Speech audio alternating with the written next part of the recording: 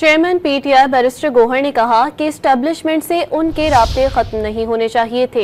Adiala jail के बाहर media से गुफ्तगू में उनका कहना था कि धीमे अंदाज से आगे बढ़ते हुए दानिशमंदाना फैसलों के तहत कोई एक सियासी हल ढूंढा जाना चाहिए था। एक ही राब्ता हुआ था, उसके बाद कोई राब्ता नहीं है। ये बताइएगा कि दूसरा को खत आया है, उसके बारे में क्या अपडेट है, जरा ये भी बता दें। फिर आपके तो पहले राब्ते थे, फिर नहीं देखिए, हमारे राबता एक कंटेक्ट इस्टेब्लिश हो गया था, उसके बाद हमारा कोई राबता नहीं है। और हम कह चुके थे कि एक ही मरतबा हमारा डायलॉग था, और वो वही डायलॉग था जिसके लिए खान साहब ने कमेटी बनाई थी।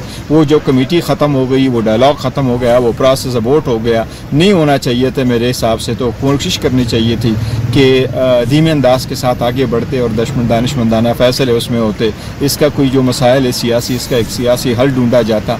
लेकिन बहुत अनफॉर्चुनेटली अभी वो जबकि ख़त्म हो चुका है तो मज़ीद कोई राबिते नहीं है, बस अब ऐसा ही है।